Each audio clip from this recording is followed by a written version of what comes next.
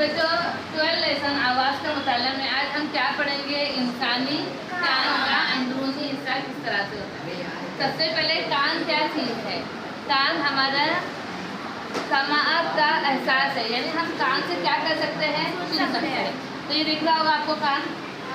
तो सब कान का जब हम देखेंगे तीन हिस्से है, बैरूनी कान, दरमियानी कान, अंदरूनी कान।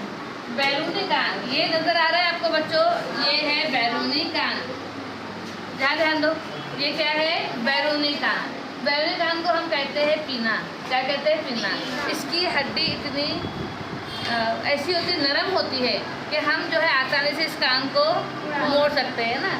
अब इसके दरमियान में एक सुराख होता है। अब ये सुराख जैसे ही देखो, बैरूनी कान क्या करता है? तमाम आवाज़ों को यकजा करता है। यकजा करने के बाद देखो कहाँ पहुँचाया उसने? एक नालीनुमा हिस्से में। नजर आई? नालीनुमा हिस्से का कनेक्शन किससे रहता है? दरमियानी कान में। अब दरमियानी कान में यहाँ देखेंगे आप लोग, दरमियानी कान में तीन किस्म की हड्डियाँ रहती है। एक होती है मेलस बोन, एक होता है स्टेपिस और एक होता है इंकस।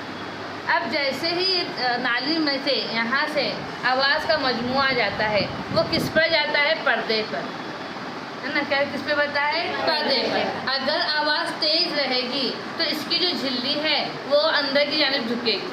आवाज़ अगर लतीफ़ रहेगी, पतली आवाज़ रहेगी तो ये ऊपर की जानिब झुकेगी। इस तरह से तीन हड्डियाँ होती हैं। अब इसका कनेक्शन किससे होता है? अंदरूनी कान से। अंदरूनी कान में देखो इस तरह की हड्डी होती है घूंगे की शक्ल में, इसे कोकलिया कहते हैं। क्या कहते हैं इसे? कोकलिया।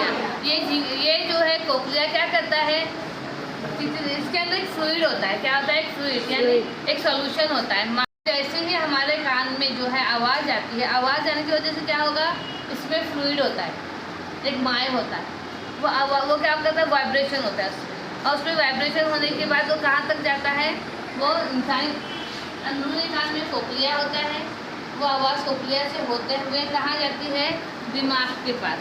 देखो ये दिमाग के पास जाती है, और ये जो आवाज़ होती है वो बड़की लहरों में तब्दील करता है। कौन सी लहरों में तब्दील करता है? बड़की लहरों में। और बड़की लहरों में तब्दील करने के बाद वो कहाँ जाता है? हमारे दिमाग तक, और वो बड़की इशारे जो है दिमाग तक पहुँचते हैं, और फिर हम हमारे कान से उस आवाज़ को पहचानते हैं।